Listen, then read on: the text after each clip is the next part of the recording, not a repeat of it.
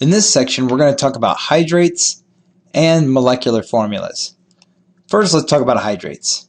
These are hygroscopic compounds that absorb water into their structure.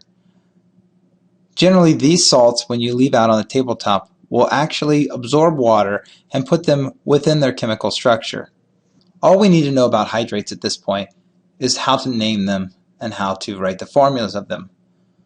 If you see this one right here, CuSO4 dot 5H2O. The dot represents that it's a hydrate and that the water is part of the chemical structure. In order to name these hydrates, you just name it in two parts. It's quite easy. The CuSO4 represents copper 2 sulfate. We learned this back in the Naming Ionic Substances podcast. Now we have to name the 5H2O. We use the same prefixes we learned when we were naming molecules. 5 is penta, and water we represent as hydrate. So we would call this compound copper 2 sulfate pentahydrate. Let's look at the next one. When we look up how to name this salt, we would call it calcium acetate. We only have one water absorbed into the chemical structure of this salt, so we would call that monohydrate.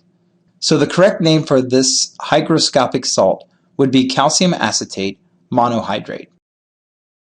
So let's work backwards, writing a formula from a hydrate. Well, in this case, we've got magnesium sulfate heptahydrate. So let's break it down. The salt's name is magnesium sulfate, which we write out as MgSO4. Notice that it's a neutral compound. And then we need to show that it's heptahydrate. Hepta means 7 and hydrate means water. So I'm going to put a dot and 7H2O. That's how you write the name of magnesium sulfate heptahydrate. Alright, moving forward with molecular formulas. Molecular formulas show the number of atoms in one molecule of a compound. Remember, in our empirical formulas, it was the ratio of atoms in a molecule or a compound. Here we're actually going to show the total number of atoms in a molecule. This example might help explain a molecular formula a little better. If the empirical formula of a compound is CH2O and the molecule is 6 times heavier, what is the molecular formula? So we know the molar mass of CH2O is 30 grams per mole if you look them up on the periodic table, carbon being 12, hydrogen being 1, and oxygen being 16.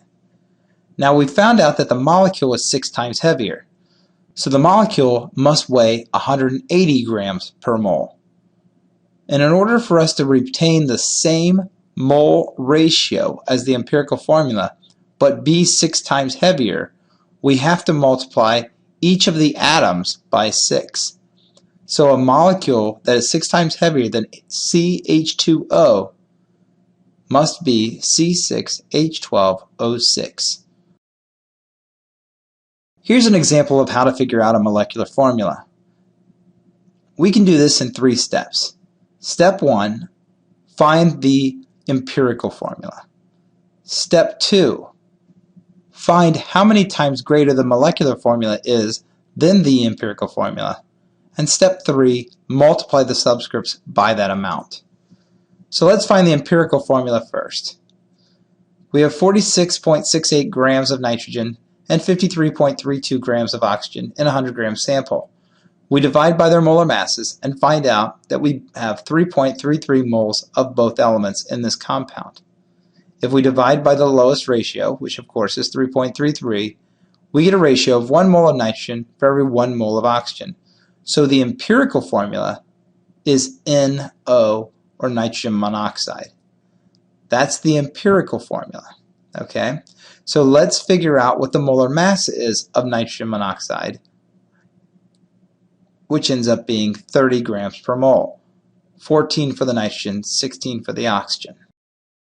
In the problem, it tells us that the molar mass of the actual molecule is 60.01 grams per mole.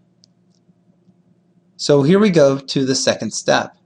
We divide the molar mass of the molecule by the molar mass of the empirical formula to figure out how many times larger the molecule is than the empirical formula. 60.01 divided by 30 equals 2, which tells us that the molecular formula, or the molecule, has a molar mass twice that of the empirical formula, but retains the same ratio of elements.